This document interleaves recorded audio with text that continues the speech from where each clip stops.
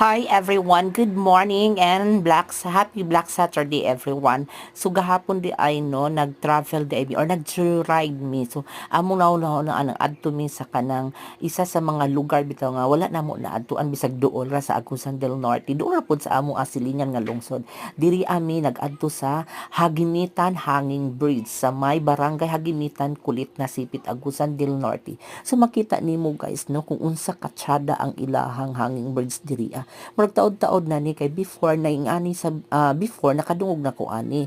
Nakaabot galing ko sa ilahang gym tungod sa atong ilahang activity namo sa PNP. So mo ni view nila guys diri sa Hagimitan. Daghan kay nagpicnic diha guys. Nagaingon kog unsa ra na siya, normal ra ba siya nga hanging bridge? Dili di ay tungod kay naa di ay diha ang nindot pud nga tambayan kay pugnaw kay hangin presko kay istanan na na-enjoy mi nagtan-aw sa mga naggi-picnic guys kay daghang pug mga charorot chareng. Okay, so naay ilahang environmental fee nga 10 pesos pero okay ra kay na no para ma-maintain pud nato ang kahinlo sa ilahang kapaligiran sa Hagimitan. So limpyo ka istanan siya guys. Pwede gyud diha mag-picnic nga kanang diha ka magluto, diha pud mo magtagay with friends and family of course. So ing ani ka tsada ang nature diri sa Hagimitan. Doon ra kaini siya guys.